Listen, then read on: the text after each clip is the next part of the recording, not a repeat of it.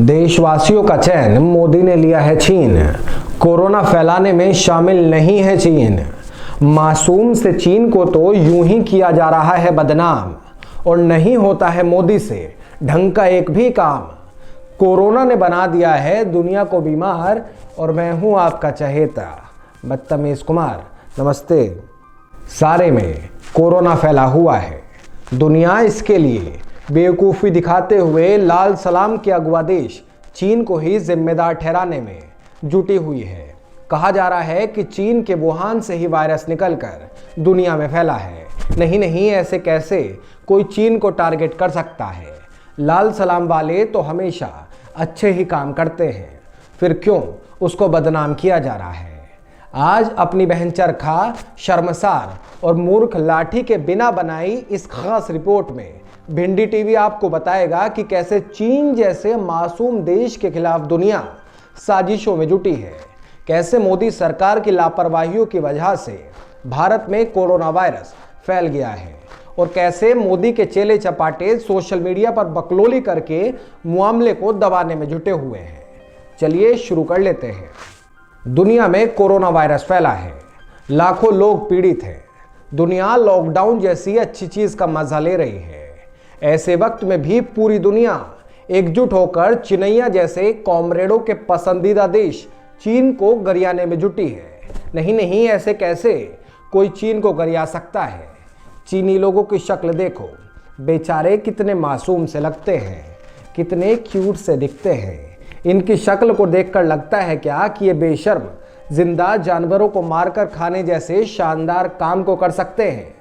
कभी कभी तो मेरा मन कर जाता है कि इन्हें पप्पी दे आऊं, पर फिर आईटी सेल वाले अलग ही छवि बनाकर पेश कर देंगे, इसलिए अपनी भावनाओं को काबू में रखने को मजबूर होना पड़ता है। अमेरिकी राष्ट्रपति ट्रंप का बयान सुनिए, जिसमें वो चीन को ही कोरोना वायरस फैलाने का जिम्मेदार कह रहे हैं। नहीं, मैं पूछना चाहता हूं कि क्या कोई देश कोरोना जैसी छोटी मोटी चीज को भी नहीं फैला सकता।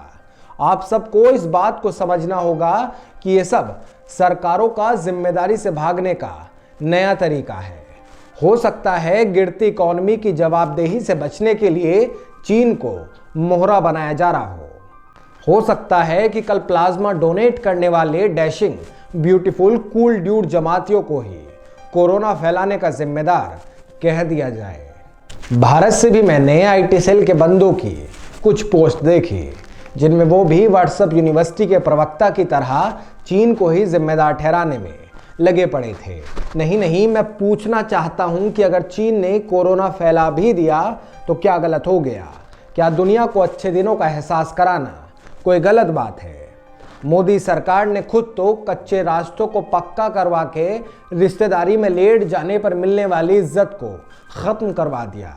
खेतों में टांग फैला के इधर उधर गर्दन घुमाने और बैठे बैठे लकीरों को खींचने पर मिलने वाले मजे को छीनकर आदमियों को जबरदस्ती शौचालय में कैद करवा दिया। कांग्रेस टाइम से बिना बिजली के रह रहे गांवों में बिजली दे के उनके घर बिजली बिल भेजने तक के सारे घटिया कामों को कर लिया। चूल्हे के आगे बैठ के धुएं का मजा लेती महिलाओं को चूल्हे से निजात देके उन्हें सिलेंडर देने जैसे कई बेकार के कामों को अंजाम दे दिया। पर अगर चीन जैसे देश वुहान की लैब में बरसों की मेहनत से वायरस ब्रो को तैयार करके लीक कर भी देते हैं, तो उसको एप्रिशिएट करने की बजाय हंगामा मचाया जाता है। क्या बकलोली पेलने वालों ने कभी सोचा है कि कोरोना वायरस के फैलने से कितना फायदा होगा। आप इस बात को समझिए कि चीन बहुत समझदार देश है। हो भी क्यों ना, वहां लाल सलाम वालों की सत्ता जो है, वो जो भी करता है दुनिया के भले के लिए करता है। आप देखिए ना, आज नोएडा में बैठे बैठे मुझे चरखा का कश्मीर वाला घर दिख रहा है। मौसम इतना साफ है कि अयोध्या के बाद मुझे तो मथुरा, आगरा और काशी के मंदिर भी दिख रहे हैं। आशिक भी अपनी बालकनी में खड़े होकर पड़ोस वाली उस महबूबा को आसानी से ताड़ सकते हैं, जो आम दिनों में सिर्फ पैरों से ही स्कूटी रोकती दिखती थी। ये सब हुआ चीन की बदौलत। नहीं, आप ही मुझे बताइए कि चीन कोरोना ना फैलाता तो इतना बेहतरीन पर्यावरण क्या हो पाता। अमेरिका और भक्त कह रहे हैं कि चीन दुनिया को मरवाना चाहता है। नहीं नहीं, मैं पूछना चाहता हूं कैसे मरवाना चाहता है। वो तो लगातार चीजों के दाम सस्ते करवाने में लगा हुआ है। आप देखिए ना, तेल इतना सस्ता है कि तेल कंपनियां आपको फ्री के तेल के साथ कुछ पैसा भी देने को तैयार बैठी हैं। चीन वाकई महान देश है, उसके जैसे देश का मिलना बेहद मुश्किल है। 4 जून 1989 को प्रदर्शन करते अपने ही हजारों लोगों पर टैंक चलवाकर चीन ने दुनिया को दिखाया था कि वो कितना बड़ा अहिंसावादी देश है। आप देखिए ना, चीन के फैलाए कोरोना वायरस भैया की वजह से हम सब अपने घर वालों को पूरा टाइम दे पा रहे हैं। बकवास सी रामायण भी बिना मतलब के व्यूज बटोर रही है। मैंने सुना कि 16 अप्रैल के रामायण एपिसोड को 7 करोड़ 7 लाख लोगों ने देखकर इतिहास रच दिया। हिंदू राष्ट्र की तरफ बढ़ते भारत के इन कदमों को देखकर मेरी तो छाती फटी जाती है। आपकी भाभी से मालिश करवाई थी, तब जाकर आराम मिला था। खैर, क्या मतलब है इन बातों का, वापस मुद्दे पर आते हैं। चीन को भले दुनिया और मोदी सरकार के चेले चपाटे कितना भी भला बुरा कह ले, पर उसने WHO के साथ मिलकर एकता की एक नई मिसाल पेश की है। WHO ने कोरोना संकट के बीच चीन की बातें छिपाकर दुनिया को सिखाया है कि जब तक बीवी का बेलन सिर में ना लग जाए तब तक अपने आप को मासूम ही दिखाते रहो। चीन ने वास्तव में दुनिया को एक सूत्र में पिरोने का काम किया है। मैं तो धन्य हूं जो मेरे कॉमरेडों की धरती से इतने अच्छे काम हो रहे हैं। नहीं नहीं, आप ही मुझे बताइए, पर्यावरण किसने बढ़िया किया? चीन ने। तेल किसने सस्ता करवाया? चीन ने। घर वालों के साथ बैठकर रामायण जैसा बेकार सीरियल किसने देखने का मौका दिया? चीन ने। एकता किसने सिखाई? चीन ने। अरे तो बस, जब चीन इतनी अच्छी चीजें दुनिया को दे रहा है तो फिर वो बुरा आखिर कैसे हो सकता है? नहीं नहीं, बताइए ना। खैर, अब बातों को थोड़ा सा आगे ले चलते हैं। चीन से निकलकर आपको भारत में बैठी मोदी सरकार की तरफ ले आते हैं। वैसे मुझे तो इस फांसीवादी सरकार से जुड़ी खबर को पढ़ते हुए भी बड़ा गुस्सा आता है। यहाँ की हालत मुझसे देखी ही नहीं जाती, माथा फटा जा रहा है। कितना ग्राफ बढ़ गया है यहाँ कोरोना का।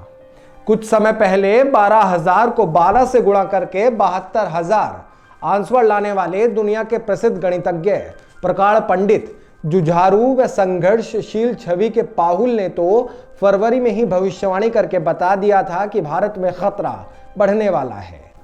खतरे का एहसास उन्हें 2019 में भी हुआ था, जब उन्होंने अमेठी से दूम दबाकर वायनाड भागने जैसा कमाल का काम किया था। विश्वेश्वरैया जैसे गंदे शब्दों को अपनी जुबान से कभी भी सही ढंग से ना बोलने वाले पाहुल सब चीजों को बहुत अच्छे से जानते हैं, समझते हैं, पर इस नकारी सरकार में उनकी कोई सुनता ही नहीं है। जब देश में पाहुल की मम्मी वाली सरकार थी तो वो रिमोटिक व्यक्ति के हाथों से अध्यादेश तक को छीनकर फाड़ देते थे, पर इस निरंकुश सरकार में उनकी कोई पूछ ही नहीं है। मोदी सरकार के मंत्री का मैंने एक बयान सुना जिसमें वो लापरवाही दिखाते हुए कह रहे थे कि देश की एकता और अखंडता के लिए मंदिर और महान पुरुषों की मूर्तियां लगवाना बेहद ज़रूरी है। नहीं नहीं, ऐसे कैसे ज़रूरी है? मैं पूछना चाहता हूं कि क्या ज़रूरत है मंदिरों पर करोड़ों रुपए लगाने की? आज अगर देश में हजारों अस्पताल बनाए गए होते, नेहरू जी द्वारा हमेशा दबाए गए पटेल जैसों का स्टैचू ना बनवाया गया होता तो हम भी वो सब उखाड़ लेते जो अमेरिका, चीन, यूरोप जैसे विकसित देशों ने कोरोना का उखाड़ा है। पर नहीं, इस सरकार को तो बस फिजूल खर्चों की पड़ी है। उसे तो बस गुजरात में बनी उस स्टैचू ऑफ यूनिटी पर ही ध्यान देना है जहां से साल का 57 करोड़ से ज्यादा का राजस्व मिल रहा है। उसे तो बस उन मंदिरों पर ही ध्यान देना है जहां से करोड़ों का दान इस आपदा के टाइम देने जैसी घटिया हरकतें हो रही हैं। अरे नहीं नहीं, मैं पूछना चाहता हूं, अपने आप को भोला दिखाने के लिए दान देने की जरूरत ही क्या है? देना ही है तो दुनिया को जमातियों की तरह कोरोना दो, सब में कोई चीज बटेगी तो मोहब्बत बढ़ेगी, मोहब्बत बढ़ेगी तो अफसाने लिखे जाएंगे, अफसाने अगर लिखे जाएंगे तो आप बार की चाहत को भी इंडिया लाने की कुव्वत रखने लग जाओगे। मोदी का बचाव करने में हमेशा आगे रहने वाली आईटी सेल मोदी सरकार की कमियों को दबाने के चलते जमातियों को ही कोरोना के पीछे का कारण बता रही है। लंबी चौड़ी पोस्ट लिख के जमातियों को गरियाया जा रहा है। सच में इस कंडीशन पर अब तो दुख होता है, रोने का मन यूं तो बार बार ही करता है, पर अस्सलाम वालेकुम वालों पर होते अत्याचारों से अब मन का उठता है, छाती भर आती है। रोना चाहता हूं पर रो नहीं सकता। आप सबको इस बात को समझना होगा कि देश के संसाधनों पर पहला हक सिर्फ मोमिन भाइयों का है। अगर उन्होंने मरकज में एक दूसरे से कोरोना लेकर उसको समाज में सप्लाई करने का काम कर भी दिया तो क्या गलत हो गया? क्या मोदी राज में अब अल्पसंख्यक भाई पंचर जोड़ने के अलावा कोरोना फैलाने जैसे छोटे मोटे कामों को भी नहीं कर सकते? आईटी सेल के बंदे झूठ फैलाते हुए कह रहे हैं कि क्वारंटीन सेंटर में रखे गए जमाती नर्सों से बदतमीजी करते हैं, नंगे होकर थूकते घूम रहे हैं। नहीं, मैं पूछना चाहता हूं कि इन बातों के सबूत आखिर हैं क्या?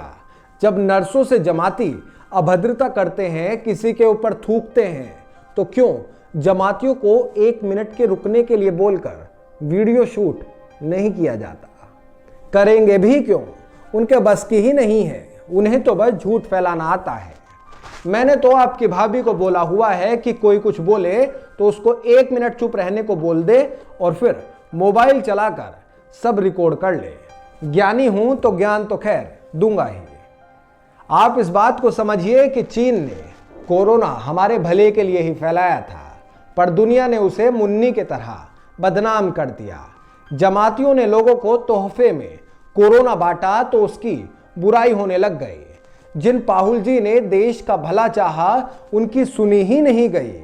इन सब बातों से बहुत दुख होता है, दिल पसीजा जाता है, पर मैं मजबूर हूं। बीजेपी वाले भिंडी टीवी दफ्तर आते नहीं हैं। ऐसे में स्क्रीन काली करने या चूड़ियां तोड़ने के अलावा मैं और कुछ क्या करूं यार, कुछ समझ नहीं आता है। अच्छा चलता हूं, अगले किसी बुलेटिन में फिर आपसे मिलूंगा। तब तक के लिए नमस्कार। और हाँ, एक बात और, टीवी देखना प्लीज़ बंद कर दीजिए, क्योंकि टीवी ही देश में राष्ट्रवाद का जहर घोल रहा है और लोगों को मोदी भक्त बना रहा है। उम्मीद है आप टीवी से दूर रहेंगे। शुक्रिया, नमस्ते।